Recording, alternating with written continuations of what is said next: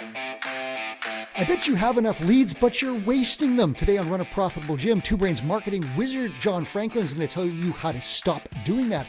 I'm Mike Workinen. Please hit subscribe wherever you're watching or listening with my thanks. John, are you ready to help gym owners with 6 lead nurture tips that have a huge effect but are ultra simple? Let's get into it. Let's do this thing because I bet gym owners are literally wasting the next lead that comes in. I bet that lead gets wasted. We're going to help them stop doing that right now. So your number one tip to help gym owners maximize the leads they already have without spending a single dollar. What is it? Yeah, a quick preface, like I've done hundreds of sales calls for Two Brains, so talking with gym owners who are interested in improving their business.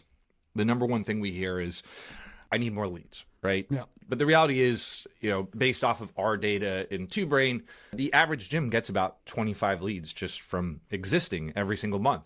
So there's a decent base there. But when you go down the funnel, of those 25, the average gym only closes 5.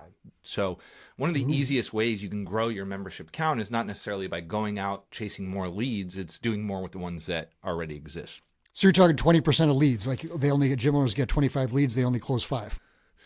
Yes. And so this is about how do you do more with what you already have? Because once you get that dialed in, moving people from the top of the funnel to the bottom of the funnel, when you actually go and do more aggressive marketing, you're going to get more bang for your buck, right? Because if your funnel's sloppy and you're throwing a bunch of marketing dollars at it, you're just lighting money on fire. So yeah, it'd be a waste to put more leads in a crappy funnel and you're not going to respond to them anyways. Why would you put marketing dollars behind that?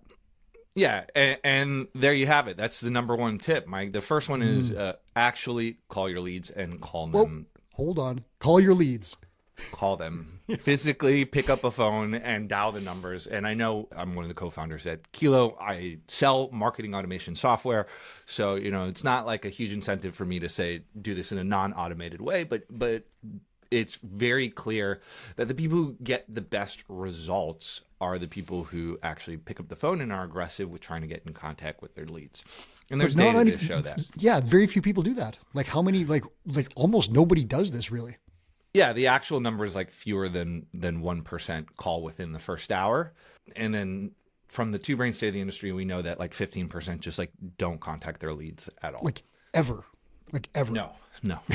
So that's that. If you're in that 15%, right now, you can sell way more stuff if you just contact your leads at any point ever at all. Sorry, would be put an asterisk by that. They don't call their leads, so they may respond to a contact form, but like if somebody calls the gym, they're not getting a call back. If somebody leaves their phone number, they're not getting an outbound call. So. And a stat that you told me before the show, Inside Sales found that your odds of reaching a prospect drop eightfold when you wait longer than 5 minutes to pick up the phone. So if you just don't call them back right away, you have like 8x less chance to actually contact this person. And that just gets worse and worse the longer the time goes. Yeah, it's an 8x decrease. And that makes sense, right? When you are putting your information into a form, that's when you are most hot and bothered by the problem. So, you're out shopping for a gym because you got something you want to fix. And I can tell you that any large established franchise gym is probably going to have a system in place to get in touch with leads quickly.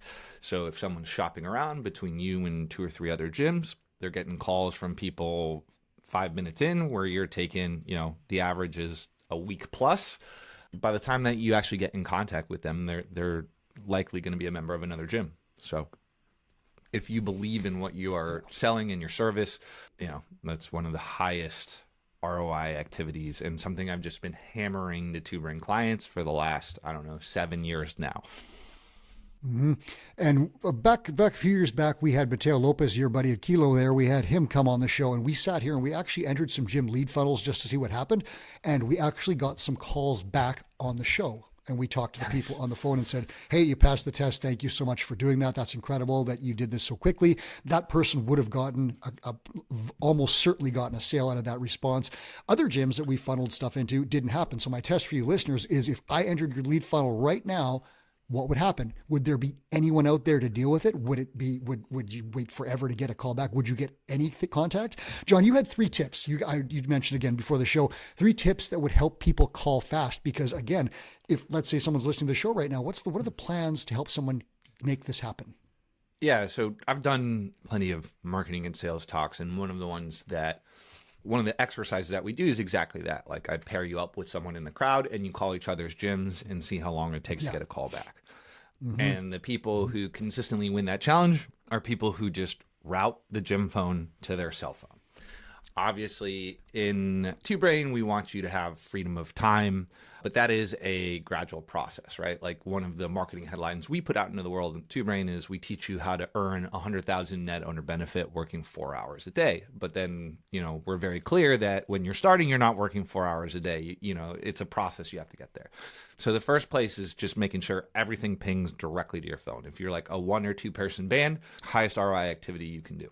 Yeah, and this is like 25 leads, right? So it's not like you're getting 10,000 leads. Like you can respond to those ones that come in and you're going to get a big reward for doing so. Less than 1 a day. And so is Yelp going to call and spam you? I don't know if Yelp still calls and spams people actually, but whatever the modern day equivalent of that, sure. You're going to get some annoying phone calls, but again, you gotta sift through the dirt to get some gold. So that's the first thing. If it's just ringing to an empty gym that you're never at, or you're on the floor all the time, like that's not going to be a very effective strategy. The second piece is once you are a little more established or you already have an existing admin staff at place, or maybe you're in a position where you've delegated sales, you have a rapid response person. So that is like the person who is in charge of calling the leads. And I don't recommend doing this as like a pooled activity. I recommend you have one person who is responsible for the task, so if they're doing a good job, because if it's a 2 or 3 person thing, it's like, it's at night. Mike is usually up at night, and I expect Mike to do it. Whereas one person, like you are the person that has to do it, but only after you have some type of system in place for monitoring response time. So you can use a tool like Gym Lead Machine to do it. The way we did it before marketing automation was the thing, we had like a literal burner phone. And so that way we could check the burner phone once a week to see what the response times looked like. There are plenty of ways to just track it, but the most important thing is to make sure that if somebody is responsible for getting back to the leads quickly, you are holding them accountable, right? Delegate, don't abdicate. And then just know what you're going to say. Real easy script. Hey, my name's John. I'm a coach at Hudson River Athletics. Thanks for reaching out about our 6-week transformation program. I can meet you today at the gym around 5 or tomorrow at 9 in the morning. What time works better for you? Just give them a little simple A/B. Just move them down the funnel quick. You don't want to have a 30-minute conversation, especially if you someone who's doing higher leads. So the idea is just getting them into the gym as quickly as possible and doing that consultative, prescriptive selling. So your tip, gym owners, call leads fast. And the way you can do this is having them calls rerouted to your cell phone. And John gave you a perfect script that you can use right there. Rehearse that and use it. John, what is number 2? How many times should people follow up? Are we annoying people, or what's the plan here? 2 times a day for 3 days is what I say. I mean, there are people who prescribe something much more aggressive than that.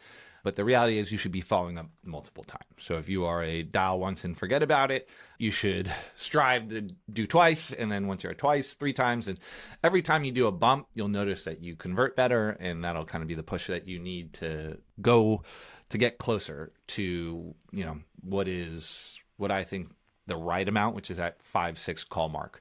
And people are like, it's annoying. Not really. Like when you put your phone number into a form, you expect to be called. And so a lot of times it may not ring through, or maybe you're calling at work or a bad time. That's why I like to stagger them, like 1 in the morning, 1 in the evening. And it's only 3 days. Like after the end of the 3 days, you don't make contact. That's fine. You can follow up a different way and we'll talk about that. But yeah, if you haven't gotten a response from someone, chances are you're not annoying. Like if you're annoying someone, they'll pick up and tell you you're annoying, and then you can stop. But if you haven't heard from someone, it's not necessarily because you're pestering them. I talked to a gym owner and he told me that he called, I can't remember the numbers exactly, but it was something like 10 to 15 or 20 calls over like a year-long period. He finally got this person, and the person signed up and just said, wow, thank you so much. I just got into other things. I was traveling. I did some stuff and ended up signing up. And that was the biggest example that I've ever seen of that persistence paying off. So follow up, start with John's, 6 times in 3 days is a good benchmark to start with, but you can always follow up until you hear, stop calling me, right? You're not annoying. Like John said, they put their number into your system. They expect to be contacted. If you don't, you are wasting a lead. You hinted at number 3 earlier when you gave us your script, because you mentioned, hey, do you want to come in today or tomorrow? What is your number 3 tip? I'll push into 3. I just want to close the loop on the comment you said there. Like, we're recording this the right after the weekend of the Two Brain Summit, and this was a topic that was being discussed. And I remember someone during the Q&A section raising their hand and saying like, "Hey, you know, I'm worried about calling people because I don't want to get a reputation of being annoying." And I think the person on stage asked like, you know, like, how many times have people told you you're annoying? It's like 0. And it's like, and how long have you been in business? In 5 years. And so like the reality is a lot of these like constraints around calling and are like built up in your head and not necessarily something that's like true, right? Like a lot of times you see ads everywhere for a bunch of different products, but you're not like, oh, Coke is so annoying because I see their ads everywhere. Like, you know, it's just harder to get and keep people's attention, and they need constant reminder. And if they didn't want to hear from you, they wouldn't have put their phone number into the form. And that's the key, because the ones that annoy me are the people, the telemarketers that have acquired my phone number through some illegal means and won't stop calling me. That's annoying. But if I put my phone number into something that I'm interested in, I expect contact. And so we can talk about 3 now, right? It's expectation, right? So I have a problem. I'm putting my phone number in. I want more information. I want to be sold. And one of the things that is common amongst smaller gyms is they make it very hard to buy from them, right? And so what I mean by that is you're like a one-man show. You do all the classes. So it doesn't leave you a lot of great calendar availability. And the reality is that people buy gym memberships at the times in which your gym is busiest, which is an inconvenience for you, but something you have to figure out, right? And so my recommendation is to have at least next day availability. Same day is always great, and always to have some peak slots available. So people buy like after they drop their kids off at school, during their lunch break, or right after work. And so that may change slightly depending on what type of market you're in, whether you're in like a long commute market, like a New Jersey, or like a shorter commute market like New York, like the city itself. That's up to you to know your own market. But the idea is usually when your busiest class times are, that's when people buy, and that's when you should have calendar availability. Yeah. And my original thing before I learned all this from you, John, was I had like 2 slots at the most inconvenient times for actual people. They were convenient for me, right? I'm not doing anything at like Thursdays at 2:30 p.m. No one booked them because they're crappy slots. When I opened up more availability, I got more leads booking appointments with me, which gave me a chance to actually close them and meet them. And you just need to have more availability on there. One of our gym owners that came on the show said he struggles a little bit with some of this stuff. So what he does is he'll actually do those no sweat intros right on the phone that day. Is that a plan that could maybe help in this situation? Yeah, 100%. So the head of sales at Two Brain owns 2 or 3 gyms. I can't keep track. And he lives in a different state than his gyms. And so he does a lot of the selling right over the phone. So, and it works just fine.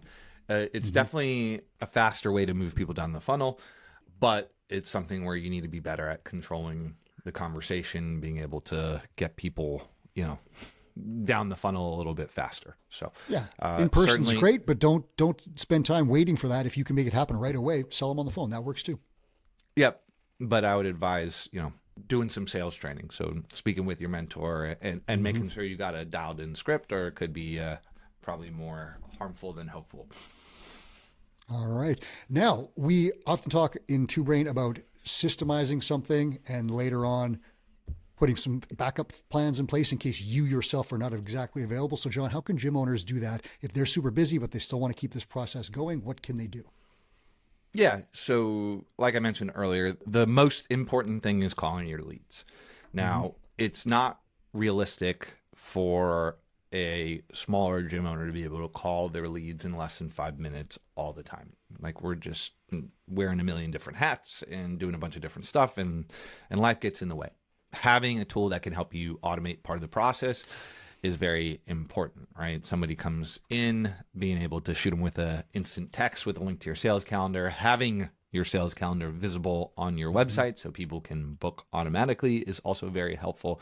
And doing just your automated appointment reminders, simple things like that just kind of stop people from forgetting to show up for your gym or the sales call, or pushing people to book the sales call faster, can lead to a substantial increase in the amount of people who end up in your calendar and the amount of people who show up for those sales appointments. Yeah. So you guys, the personal touch does not go away. You should not call people. You must call them, but you should also have some tech backup in there and make it as easy as possible. And they should hear from you right away. If you put your info in something and you get a lead or a message back right away that says, "Hey, thanks. Here's our booking calendar." That's amazing because your phone's still in your hand. You haven't dropped it. You haven't forgotten. You can actually take action on a simple step that's obvious to everyone. So do put that stuff in place. But again, it's not a substitute for John's next tip, which is going to be a personalization. And John, I'll preface this by saying, as you mentioned, we just got back from the Two Brain Summit. Joey Coleman offer of never lose a customer again was amazing. And he was big on that personalization angle. How does that fit with lead nurture? Yeah, and he gave it, like, he brought down the house. It was by far the most well-received talk of the entire weekend. It was amazing. And a lot of it was centered around this idea of personalization, and it showed up and how it shows up in different parts of the customer journey and how you can do a little bit extra to make your customers, and in this case, prospects, feel a little more loved and display that, like, you are a good, trustworthy business that is worth their time. And so one of the things that I advise gyms to do is when somebody is coming in for a sales appointment, either the night before or the day of, shoot them a quick 30-second video text. You, like in the gym, saying, "Hey, Steve, it's John. I'm here at your gym name. Really excited to see you at whatever the time their appointment is. This is our front door. If you look out here, that's where parking is. And I'm putting together a little basket for you or a little gift for you. Can you just let me know what size t-shirt you are? Text me if you need anything. This is my number." And then popping that over. And so you've done a lot of things. So you're showing them the actual, like, gym itself and where to park, and removing some of that first day intimidation, because it is a scary thing for a lot of people, especially someone who hasn't been in the gym a while. You're triggering reciprocity, right? You know, if you're going to give them a t-shirt, if you're going to give them a water or something, or maybe you have, like, you stock Fit Aid, you know, it's like, what flavor do you prefer, lime or grape? I'm just putting something together for you, making sure you feel comfortable, like something that elicits a response and then triggers that reciprocity. So, you know, you're making them feel comfortable and feel like, you know, you've done them a solid before even getting into the door. And it also just shows that you're a human, right? It's very easy to ignore appointments if you don't have a connection with someone. But Mike, if you're my friend and we have this podcast that we're filming at this time, like, it's much harder for me to not show up for that versus if I just book some random appointment through a portal and am not really committed to it in any way. Yeah. At very minimum, you send that message, they get a reminder. The next thing they get is they see your face and they realize that you're not just an AI bot, you're an actual person. You're trying to help make them easy. Hey, park here. Like, for a guy like me, I like to know where parking is. That's a great one. Here's our front door. You're already getting rid of a lot of obstacles, because I could be like, it's rush hour. I made that appointment. I don't want to go downtown. I don't know where to park. And you're like, you park here, dude. Everything's cool. You're getting rid of some obstacles that can come up before they even come up. And then you are exactly building that relationship where it's a lot harder to cancel, because I've seen your face. We've talked. You're getting something ready. If I cancel, I'm kind of pulling the pin on something, and it feels a little bit worse than if it's just a bot and I don't show up. So that's a great, great one. And Joey, like, he lives this stuff. When John mentioned, listeners, that this thing at the Two Brain Summit was incredible, he customized his talk 100% for gym owners. He was talking about industry stats, things that gym owners care about and knew about. He referenced some of our Two Brain content and reports. He knew exactly what was going on, and he tailored that to his audience. You got to do the same thing. When he was signing books afterwards, his interactions with people were ultra genuine and engaging. It was just really a 100% lesson how to personalize an experience for the audience. It was incredible. Two Brain tickets are on sale for the next year, by the way. If you want to get those, I'll put a link in the show notes for you to check that out. John, last one. So you've done all the stuff that we just talked about. You called within 5 minutes. You called a bunch of times. You just didn't connect with this person. What happens next? I just want to close the loop on the last one real quick. Yeah, it's funny you talk about Joey, like cutting your niche is like I bend over backwards for customers. That's tough, you know, because he was like in the back there, like signing books and shaking hands for like 4 hours after his presentation. I talked about parking in the script that I just gave you, but like I operated in Philadelphia and New York City in these like tough urban markets. If you're in the middle of nowhere, it may not make sense to do something like that, but like, flip the switch to make sense for your environment. So, hey, just wanted to show you what my face looks like. So, you know who to come up to when you're here. This is a front desk. I'm going to be waiting here. If you don't see me, this is, Deborah. She works with me. She'll be able to grab me. So whichever one of us you see, just grab us. We're expecting you. We know, we stalked you a little bit on your Facebook. So we know what you look like. We'll see you soon here. Maybe don't say you stalked them, but whatever, light stalking, whatever it may be. But yeah, just personalize it to make sense for your environment. Now, moving on to the next one. So most prospects aren't going to buy. So, average gyms getting between 25 to 30 leads. They're closing 5, maybe 6 of them. That means, like, by definition, the majority of them aren't buying. And so we talked about what you can do to increase that rate, maybe go from 5 to 6 or 7 by doing faster lead nurture, having good calendar availability. And then the personalization piece is getting them to show up. But one of the things you can do is taking some of those leads that maybe aren't ready or weren't sold right away and get them back into the funnel at a later date, is having a long-term nurture sequence. So this is one of those things that sounds obvious. You should be doing it, but a lot of people don't do it, or they set one up like years ago and haven't reviewed it to make sure it's still relevant.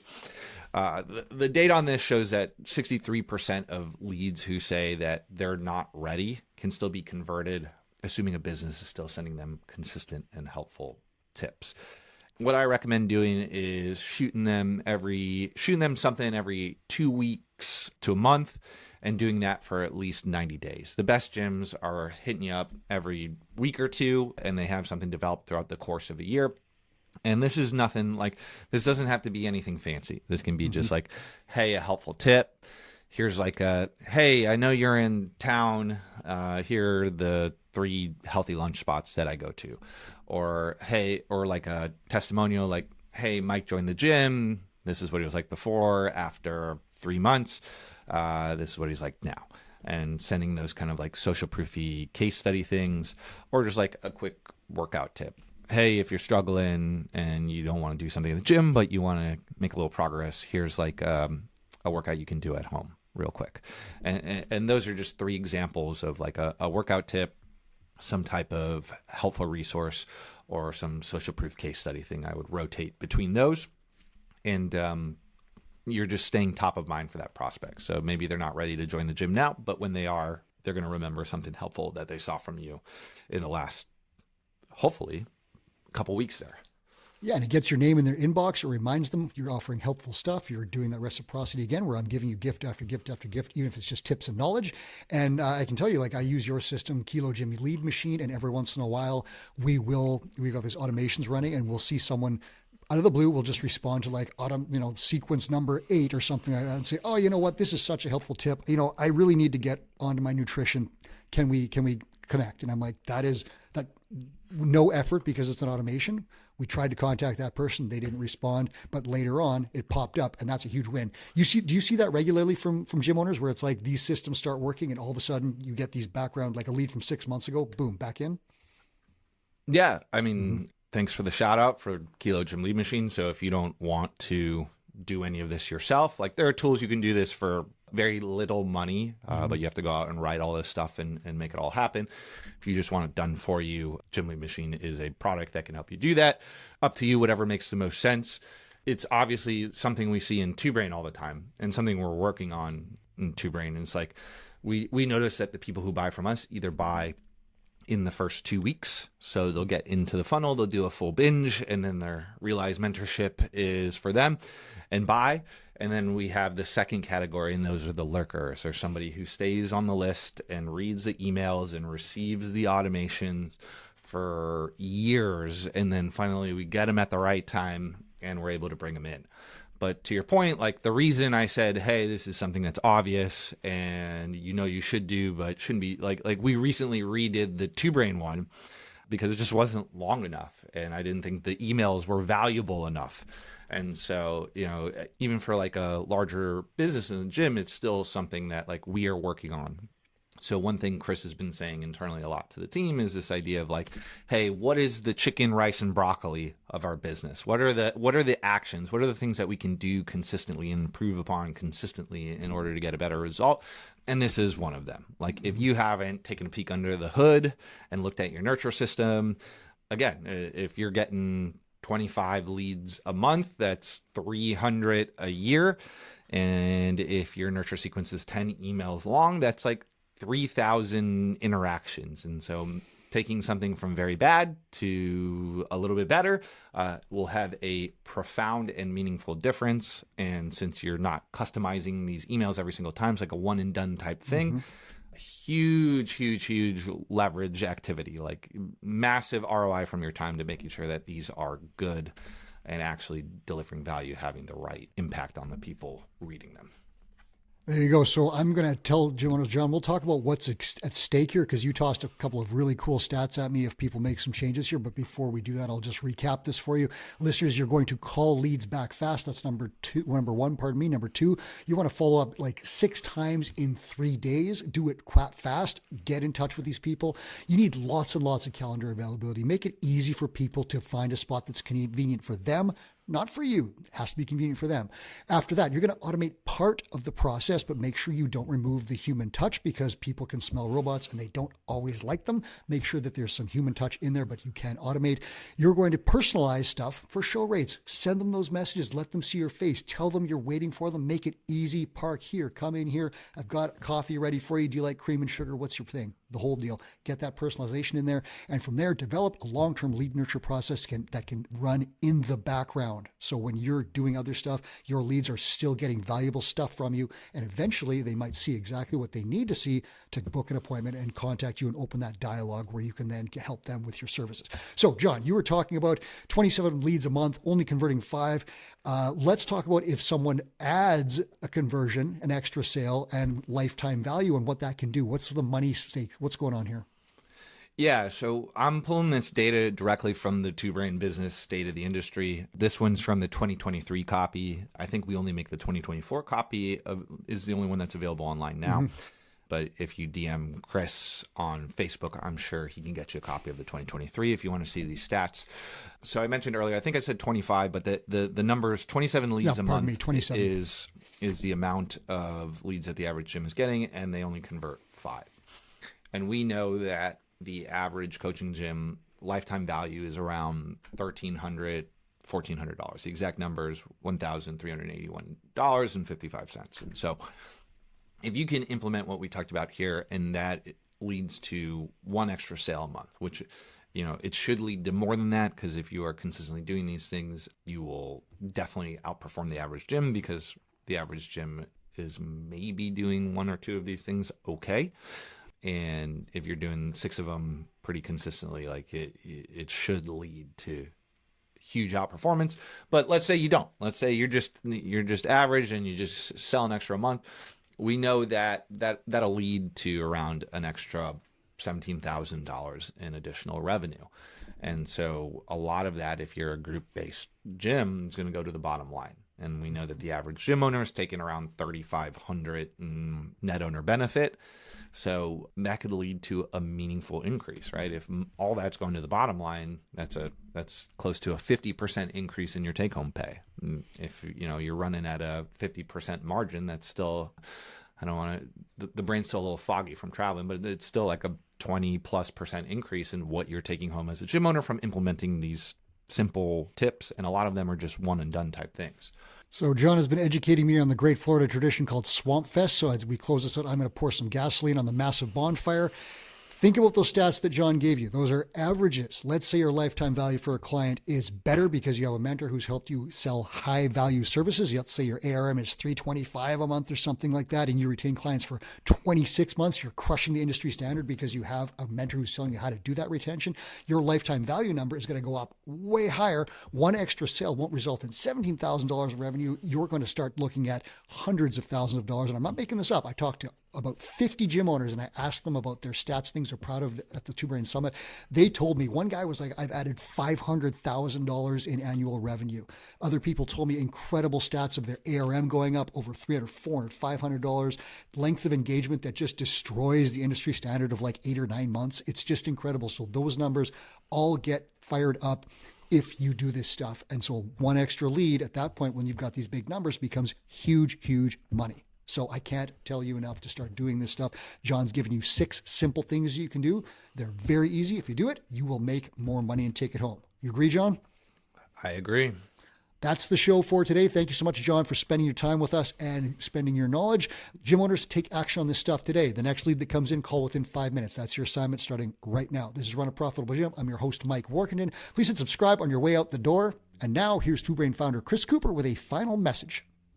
Hey, it's Two Brain founder Chris Cooper with a quick note. We created the Gym Owners United Facebook group to help you run a profitable gym. Thousands of gym owners just like you have already joined.